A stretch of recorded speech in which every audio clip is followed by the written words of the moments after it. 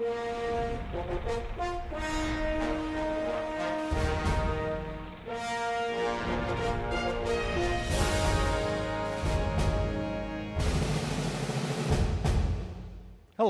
I'm Tom Rothman of 20th Century Fox.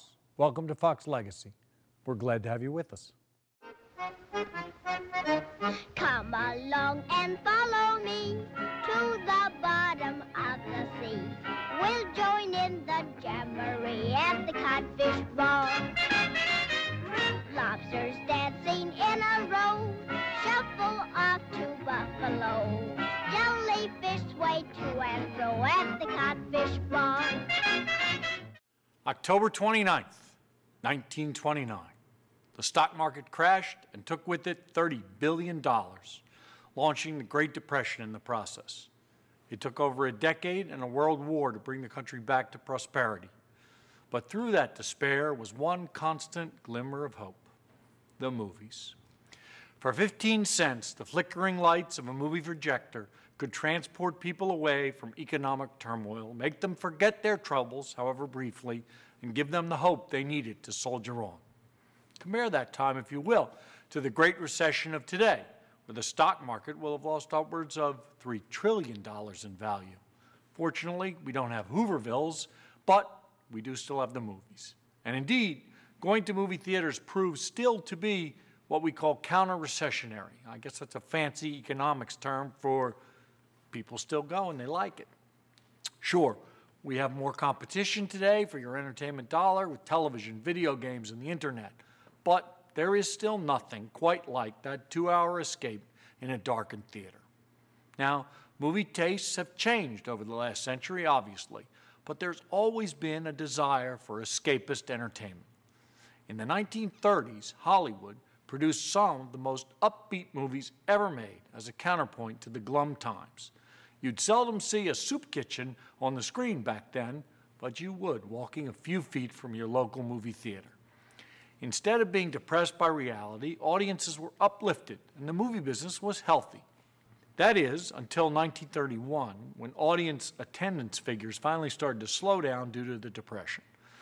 5,000 theaters closed and ticket prices were lowered to try to stop the hemorrhaging. This downturn was not very good for Fox. Back in the days before we were called 20th Century Fox, 20th Century and Fox Film were two separate entities.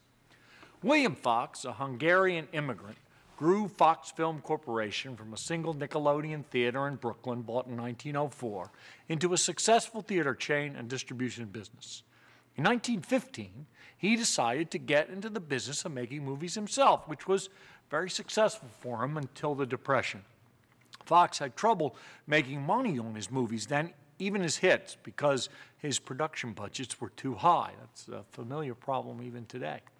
And so he found himself in the uncomfortable position of defaulting on a lot of debt. He reported one year $10 million in earnings, but after being audited, it turned out that Fox had actually lost $1 million. Well, for that fiscal malfeasance, William Fox was actually forced out of the company that to this day still bears his name. He wound up serving time in prison for trying to bribe a judge during bankruptcy proceedings and was out of the movie business from then until his death in 1952. Winfield Sheehan, Fox's charismatic vice president and general manager, and indeed William Fox's former secretary, took over as production chief at this very difficult time. But mere change in leadership was not enough, because by 1933, the studio was deeply in debt. Fox was losing over $15 million a year. Fox had great production facilities, but aside from Will Rogers and Janet Gaynor, not enough movie stars. So, despite winning the Best Picture Academy Award for Cavalcade in 1933, Sheehan found himself presiding over the studio's steady decline. What it needed was a shot of adrenaline, and it needed it fast. Fortunately, the entire nation was about to become enthralled with a new face of optimism. No less than President Franklin Delano Roosevelt said, quote, "When the spirit of the people is lower than at any other time during this depression, it is a splendid thing that for just 15 cents, an American could go to the movies and look at the smiling face of a baby and forget his troubles. That baby was, of course, Shirley Temple. Shirley can be credited for many things, including single-handedly turning around and then for 6 full years supporting the financial fortunes of an entire studio. She made an unprecedented string of hits, and she reached a level of fame that is hard to comprehend and is perhaps still unsurpassed today for all our modern connectivity. How did this happen? Many 3-year-olds tell their parents they want to be in the movies, but it takes what's known, I guess, as a stage mother to guide their child's career. As for Shirley's mother, Gertrude, she was, in many ways, a prototypical stage mother. As Alan Dwan, who directed 3 of Shirley's pictures, said, Shirley was the instrument on which her mother played. Gertrude and her husband George, a bank teller, with their 2 sons, Jack and Sonny, lived near the Fox lot in Santa Monica. It's a small Spanish bungalow they had, and they weren't wealthy, but they were doing fine, given the economic circumstances at the time. But by the time Shirley Jane Temple was born on April 23, 1928, her mother Gertrude had already begun Shirley's career in utero. Gertrude played music and went to concerts while pregnant, hoping an artistic sensibility would reach Shirley via osmosis. Well, you can argue about the validity of the approach, but not the result. Shirley was born with talent, prancing on her toes like a ballerina by the time she learned to walk. At the ripe old age of 3, Shirley herself was discovered in a dance class. But it wasn't because of her stellar performing. Instead, she caught the attention of director Charles Lamont when she bashfully hid beneath the piano. But you'd never know she was timid by watching her early screen appearances in a series of shorts called Baby Burlesques from Educational Pictures. They were chasing the huge success of Hal Roach's popular Our Gang series, and Baby Burlesque featured Shirley and other youngsters playing adult roles, albeit in diapers with large safety pins. The shorts parodied some of the popular movie genres of the day, but they had an uncomfortable dose of sexuality mixed in with their charm. Under contract with Educational Pictures, a dubious name, no doubt, Shirley was loaned out for small roles alongside some big actors of the era like Randolph Scott and Zazu Pitts. Gertrude must have been pleased with her daughter's progress, but after Educational went bankrupt, Shirley found herself without a contract and back to square one. Fortunately, Fox songwriter Jay Gorney watched Shirley in a short from the Frolics of Youth and just happened to see Shirley herself dancing in front of the theater. She was asked to audition, and after singing and dancing, she was hired for a role in Fox's 1934 film, Stand Up and Cheer. Her number, Baby Take a Bow, stole the film.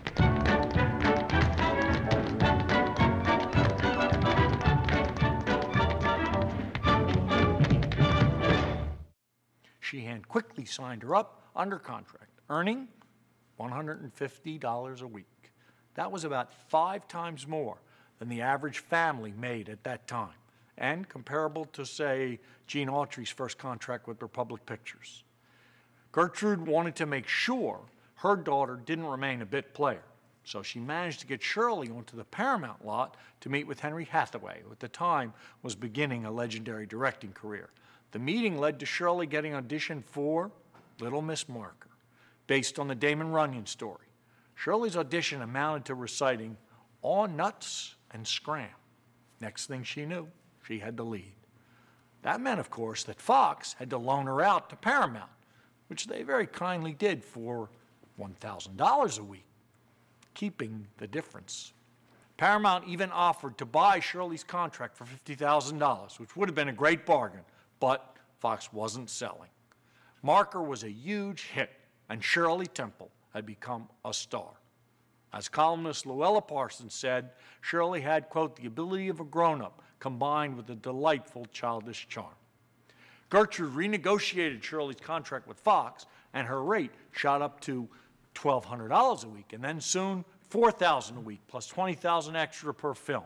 Gertrude herself made $500 a week. Shirley Temple's salary was then comparable to Clark Gable. She was given her own bungalow here on the Fox lot, designed to be Hansel and Gretel on the outside and Sleeping Beauty on the inside, including a mural of herself. Her furniture was built to scale, including a mini grand piano and on the outside, she had everything a girl could want, including a garden, a tree swing, and a rabbit pen. Today, we call this Building 69, where it houses, of all things, post-production facilities for the edgy FX comedy series It's Always Sunny in Philadelphia. Well, soon Shirley Temple was receiving 4,000 fan letters a week, and she had a secretary to answer them all by mail. By 1934, fans swarmed her Santa Monica home. She became not just a star, but a star to the stars. Janet Gaynor asked for her autograph. She visited the White House and met the celebrities of the day, Albert Einstein and Amelia Earhart. Now, this is exactly the kind of treatment that warps young minds, but as a thoughtful shepherd of Shirley's career, Sheehan, perhaps selfishly, didn't want her to become spoiled for fear it might impact her innocent performances. So rules were set in place, such as only a picture's director was allowed to compliment her on her performance. No swollen head for this little girl. Even something that seemed like a perk actually wasn't. Shirley was given her own dining room, which is still in our commissary today. But that wasn't about star treatment. It was actually about protecting Shirley. Back then, our commissary was filled with a lot of drinking and raunchy humor. I wish that was still the case, but it's not. Then, it was not an innocent, safe environment for a child. Young children would hear lots of salty language and were often used as props for bawdy humor. So keeping her secluded from the riffraff was a fine strategy to keep those ears innocent. Miraculously, through all this, Shirley Temple somehow remained grounded. She was just a kid who shot Eleanor Roosevelt in the rear end with a pea shooter, for which she received quite a spanking, as you can imagine. Meanwhile, Sheehan was merchandising Shirley to the hilt, with Shirley Temple dolls as well as books and clothing. Sheehan was doing a fine job managing Shirley's early career, but his own tenure would prove very short-lived. Once the merger with 20th Century Pictures was finalized, Sheehan found himself out of a job, replaced by 20th's Darryl Zanuck. Sheehan had been tainted, fairly or unfairly, by the William Fox regime, so he was paid to disappear. The merger made a lot of sense for both sides. Zanuck had a lot of hit movies under his belt, but Fox Film had a better studio lot and a strong distribution pipeline. 20th had what Fox Film lacked, a lot of money. But as Sheehan saw it, 20th did not buy Fox Film. They bought Shirley Temple. Will Rogers was the other reliable moneymaker in the Fox stable, but he tragically died 6 weeks after Zanuck took over. So Zanuck focused on Shirley, creating her own story department with 19 writers assigned to work on possible stories for the little star. They honed a carefully sculpted formula for Shirley's pictures. She was most often an orphan, down on her luck, but endlessly optimistic. She befriends a grumpy father figure and winds up warming his heart, thereby warming audiences' heart as well, replete with musical numbers, of course. In 1934, Shirley starred in the first film completely created for her, Bright Eyes. It includes one of her most iconic and enduring performances on the good ship Lollipop. On the good ship Lollipop, it's a sweet trip to a candy shop where bonbons play on the sunny beach of Peppermint Bay. By the end of that year, Fox itself had enjoyed a miraculous turnaround, digging out of a deep hole and indeed reaching a $5 million surplus. But there was much more to come.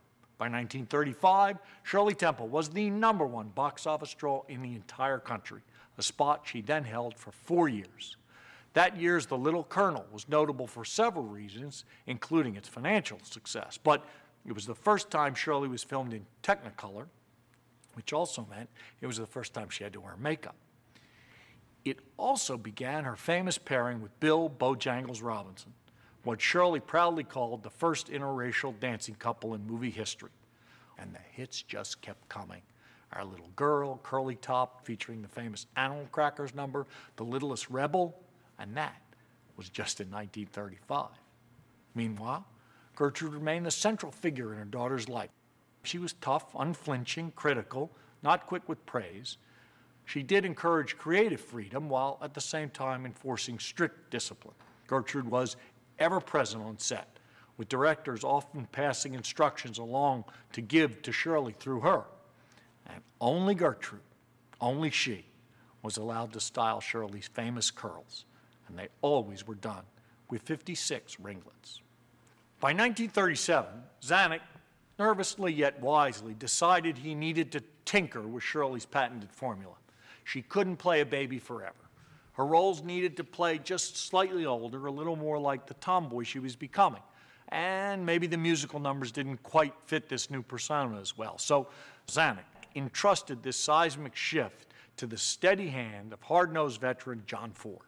Now, just imagine the wide-eyed innocence of Shirley meeting with the coarse, hard-drinking, profane Ford on the set of a movie called Wee Willie Winkie, no less.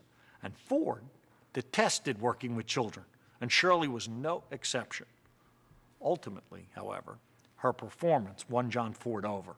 And after one emotionally moving scene, Ford complimented Shirley on her work, and this was, as they say, the start of a beautiful friendship. Years later, Ford even became godfather to Shirley's firstborn daughter. Wee Willie Winkie did attract some uncomfortable attention from, of all people, the venerable writer Graham Greene. Best known for his espionage thrillers The Third Man and Our Man in Havana, Greene was also a film critic who wrote that Fox procured Shirley for, quote, immoral purposes, feeling that her performance displayed a dubious coquetry, which was too nubile for a girl of her age. Well, Fox sued and won a libel suit, and Greene was forced to pay damages to Shirley and the studio. Publicity obviously didn't hurt. Wee Willie Winkie, along with Heidi of that year, were smash hits. The tinkering of the formula's success, Zanuck got even more daring on 1938's Rebecca of Sunnybrook Farm. Shock of shocks, he cut Shirley Temple's hair. For the first time, her trademark curls were gone.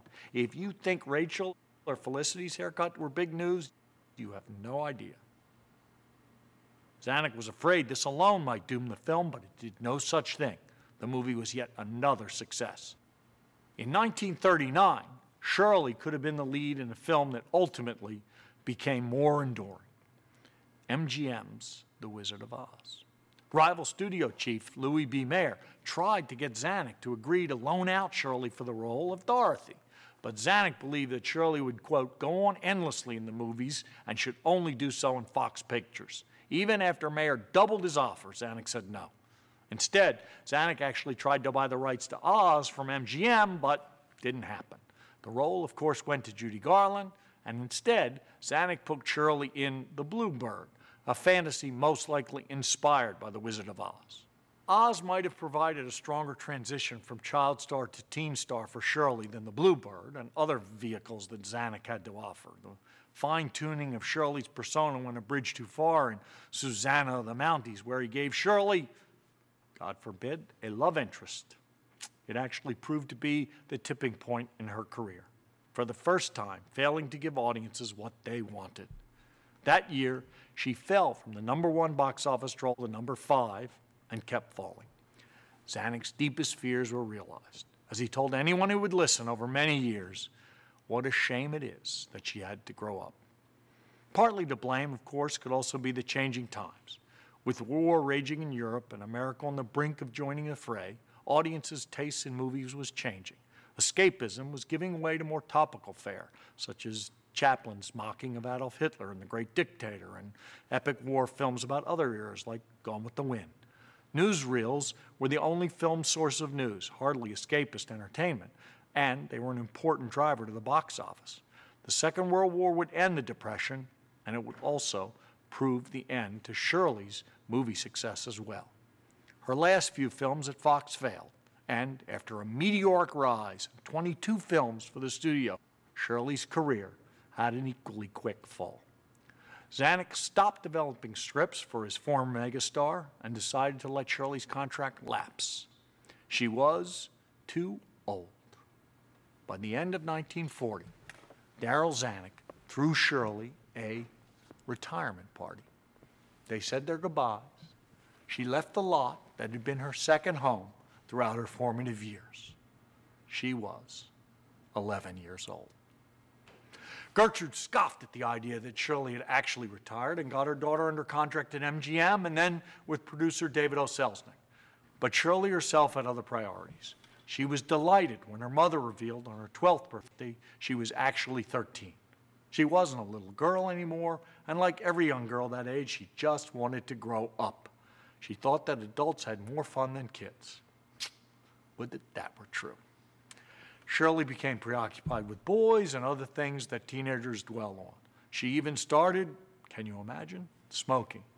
And by the age of 17, the unthinkable happened. The little curly-haired moppet entered into her first marriage. Shirley, for sure, had become a woman. She did eventually return to Fox for one picture, Mr. Belvedere Goes to College. But by then, she was a mother herself. Zanuck threw a welcome home party for her.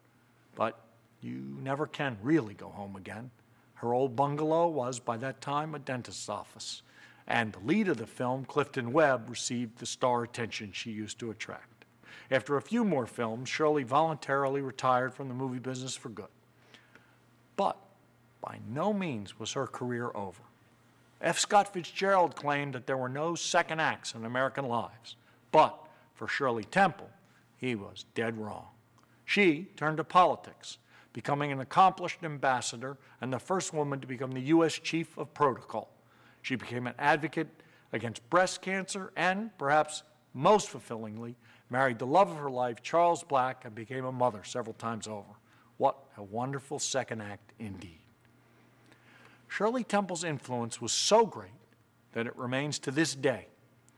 In 2000, after many years of Fox employees desperately wanting one, a daycare center was opened on the lot.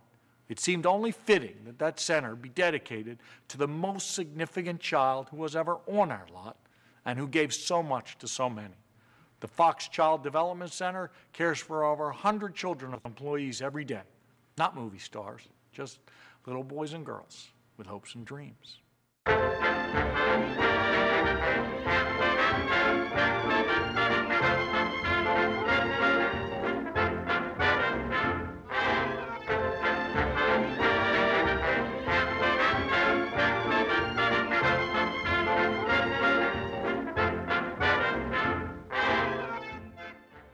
Reflecting back on Fox's little sweetheart, I'm personally awed by her amazing talents.